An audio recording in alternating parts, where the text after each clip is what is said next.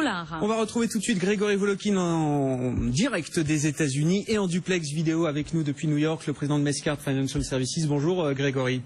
Bonjour Grégoire. Ça a été officialisé effectivement il y a quelques minutes, la mise en bourse de un peu moins de 5% de Saudi Aramco. 5% ça paraît pas grand chose, mais c'est 5% d'un très gros gâteau. J'imagine que ça va intéresser forcément Wall Street là. Plus qu'intéressé, à mon avis, ça doit les faire vraiment saliver, parce que 5% de 2 trilliards, ça fait quand même 100 milliards de dollars. C'est quand même une énorme opération pour les banques, et je pense qu'un grand nombre des grosses banques américaines, évidemment, vont participer à cette introduction en bourse, dont on n'a aucun détail, ni même de calendrier pour le moment. Bon, oui, ça fait 100 milliards de dollars, c'est ça, 5% de 2000 milliards, 100 milliards, c'est la capitalisation totale aujourd'hui, pour donner un ordre de grandeur par rapport à d'autres entreprises du secteur. Un mot juste de cette semaine, on vous retrouvera un peu plus tard, Grégory, pour détailler, et notamment il y a pas mal de choses à dire sur la politique américaine en ce moment, mais un mot de cette semaine, l'actu est assez calme aujourd'hui, mais vraiment cette semaine sera d'importance du point de vue macroéconomique aux États-Unis. Oui, absolument. Je dirais tout d'abord évidemment qu'il y a la réunion de la Fed ces 2 prochains jours. Et ce qui va être très intéressant en fait, c'est que le communiqué de la Fed va précéder la publication du produit national brut pour le premier trimestre, qui est attendu jeudi. Et qu'est-ce qu'on attend comme chiffre? On attend une hausse seulement de 0,6%. Alors vous vous souvenez que le discours de la Fed, c'est qu'en fait tout va bien aux États-Unis, mais il y a ces forts vents contraires, force du dollar et ralentissement global. Mais on peut dire quand même que ce discours va devoir un tout petit peu s'ajuster, parce que le dollar s'est relativement affaibli. La croissance globale n'est peut-être pas si dramatique, et peut-être qu'en fait les chiffres aux États-Unis risquent de décevoir. Donc ça va être très intéressant de voir comment la Fed va moduler son discours. Et puis évidemment des tas de chiffres autres macroéconomiques, je dirais dans la construction, dans la production industrielle, etc. Merci beaucoup Grégory. On vous retrouvera donc après l'ouverture de Wall Street. On attend une petite baisse des actions américaines. Là aussi la consolidation se poursuit, tout comme en Europe. Le CAC pour l'instant perd 0,5%. Anne-Sophie Balbir, on vous retrouve. Suite de l'actualité. Il est pile 18h02 dans l'actualité ce soir. L'Arabie Saoudite qui a donc dévoilé tout à l'heure le plan qui était attendu depuis des années, le plan de long terme pour réparer l'après-pétrole. Pour être moins dépendant du pétrole qui représente quand même encore 75% de ses revenus. Aujourd'hui, principale mesure, l'Arabie Saoudite annonce qu'elle va mettre en bourse 5%, 5 petits pourcents seulement de ce qui est aujourd'hui la plus grosse compagnie pétrolière au monde, Aramco. Et c'est grâce à cet argent, entre autres, qu'il va créer un fonds souverain de 2000 milliards de dollars. Fonds qui va lui permettre ensuite d'investir pour préparer l'économie de demain. Au passage, Aramco, il faut savoir que c'est valorisé entre 2000 et 2500 milliards de dollars. Donc même 5%, vous comprenez bien que ça va créer un géant en bourse.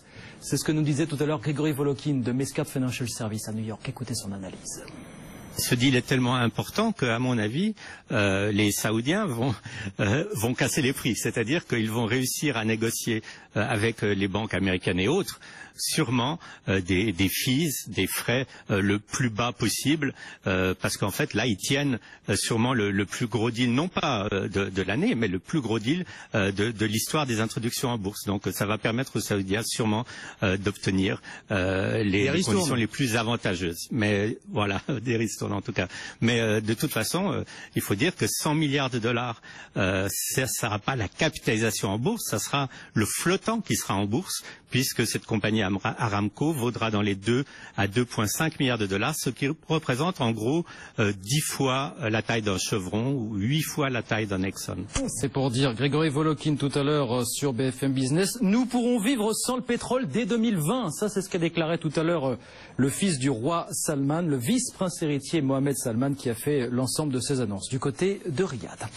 18h03, pendant ce temps-là, à Œuvre à New York. La consolidation des marchés américains qui se poursuit également. On va en parler tout de suite avec Grégory Volokin, président de Mescart Financial Services, qu'on retrouve en duplex depuis New York. Rebonjour Grégory, on va parler des marchés. C'est une grosse semaine qui arrive, donc voilà, on est un peu dans l'attente des événements de la semaine. Faisons un peu de politique, enfin parlons un peu politique avant cela, Grégory. Il y a eu des annonces là du côté du deuxième et du troisième dans la course à la primaire côté républicain, les challengers de Donald Trump, Ted Cruz et John Kasich, là, qui sont prêts à former une entente pour tenter de contrer l'avancée de Donald Trump. Est-ce que en quoi constitue cet accord et est-ce que c'est quelque chose qui peut fonctionner?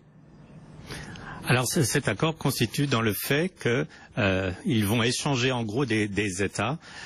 Cruz va garder l'Indiana, dans lequel il va être le seul à combattre Trump.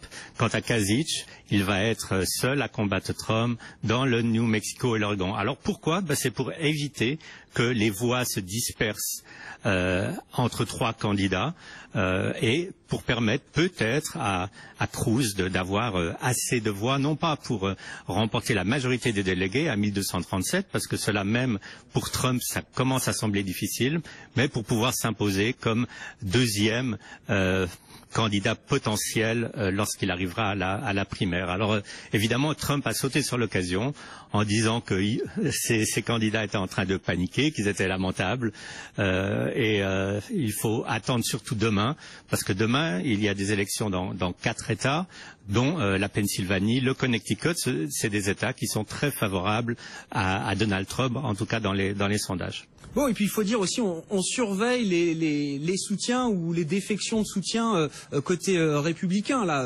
parmi les grandes personnalités électrices du camp républicain, pas dans la politique, mais dans le monde des affaires, tout simplement. Là, il y a un des hommes les plus riches d'Amérique qui, je sais pas, est peut-être tenté, en tout cas estime qu'un président républicain, ce serait peut-être pas forcément la meilleure chose aujourd'hui pour les États-Unis, au regard peut-être des candidats qui sont en lice, là.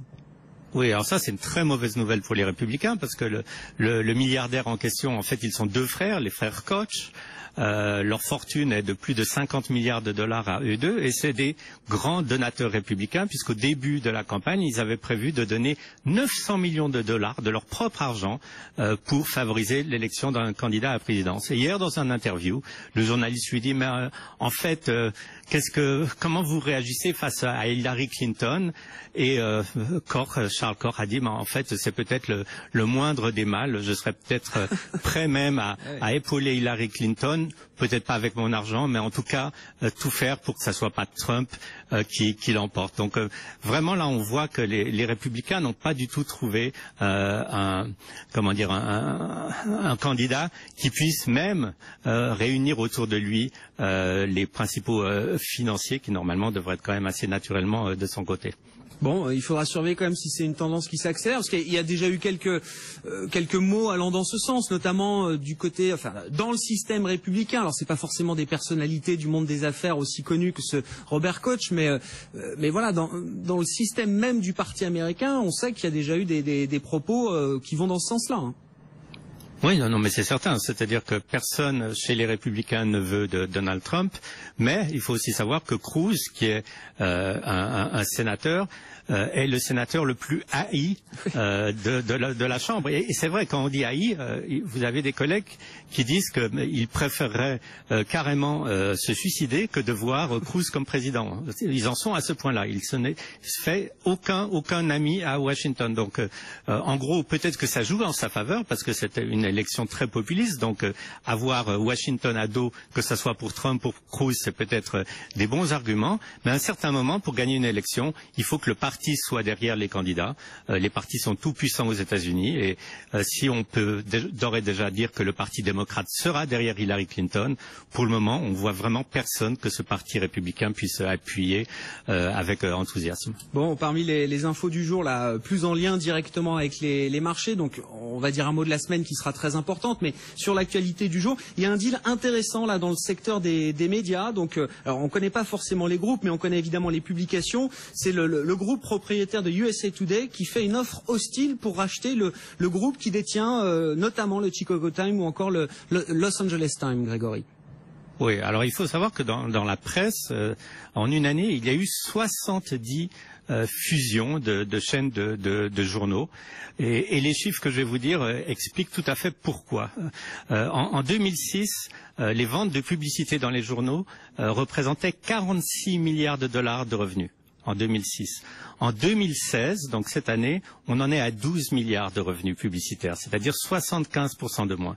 Et ce qui est prévu, c'est que les revenus publicitaires dans les journaux en 2019 ne soient plus que de 5 milliards. Donc cette manne qui est en train de disparaître oblige les groupes de presse à fusionner et surtout, à limiter leurs dépenses, mais deux, à organiser une réponse digitale et à prendre vraiment une bonne position sur des espaces digitaux. Et ça, quand ils sont isolés, c'est très difficile à faire. Bon, voilà pour le deal du jour. Tiens, à propos de deal, là, est-ce que l'introduction en bourse de Saudi Aramco, 5% seulement, mais ça représente quand même 100 milliards de dollars, est-ce que ça va permettre à certaines banques d'affaires américaines de se refaire un petit peu, justement, là, sur les fees qu'elles facturent pour ce genre de deal, Grégory? Bon, la première chose que je veux vous dire, c'est oui. Mais la deuxième chose que je vais vous dire, c'est que ce deal est tellement important qu'à mon avis, les Saoudiens vont casser les prix. C'est-à-dire qu'ils vont réussir à négocier avec les banques américaines et autres, sûrement des fees, des frais le plus bas possible, parce qu'en fait, là, ils tiennent sûrement le plus gros deal, non pas de l'année, mais le plus gros deal de l'histoire des introductions en bourse. Donc, ça va permettre aux Saoudiens sûrement d'obtenir les conditions les plus avantageuses. Mais voilà, des ristournes en tout cas. Mais de toute façon, il faut dire que 100 milliards de dollars, ça ne sera pas la capitalisation en bourse, ça sera le flottant qui sera en bourse, puisque cette compagnie Aramco vaudra dans les 2 à 2,5 milliards de dollars, ce qui représente en gros 10 fois la taille d'un Chevron ou 8 fois la taille d'un Exxon. 2000 milliards de dollars, hein, c'est la valeur de l'ensemble du groupe et c'est un peu moins de 5% seulement qui seront mis en bourse. Ça fait partie des annonces qui ont été officialisées tout à l'heure par le prince héritier saoudien à l'occasion voilà, de cette vision 2030 que veut avoir l'Arabie saoudite et des réformes qui ont été adoptées ce matin dans le pays. Merci beaucoup Grégory Volokin à New York, le président de Mescart Financial Services. On reviendra évidemment d'ici 18h sur les grands rendez-vous de la semaine aux États-Unis puisqu'on aura notamment la Banque centrale américaine et la décision attendue mercredi soir. BFM Business, Intégral Bourse, 15h, 18h, la bourse en temps réel.